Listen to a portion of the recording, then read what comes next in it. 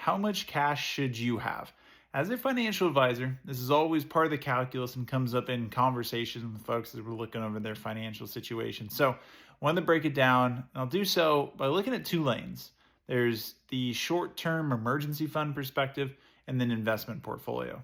So, from an emergency fund standpoint, if you're in a stable position, income is relatively known, you feel confident it's going to be there, the standard 3 to 6 months of expenses saved away is probably fine. All right. And you don't need to buy yourself 5 years of runway, but you want to have something.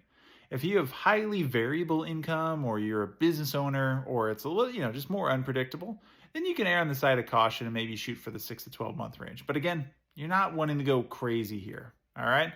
Then from an investment standpoint, this will massively depend on age and risk tolerance. So if you're younger and you've got time and it's money that you don't need in the very near future, great. You want to be all gas, no brakes for the most part. So the only cash you want to have is maybe a few percentage points of the portfolio set aside for opportunistic buys if the market goes down.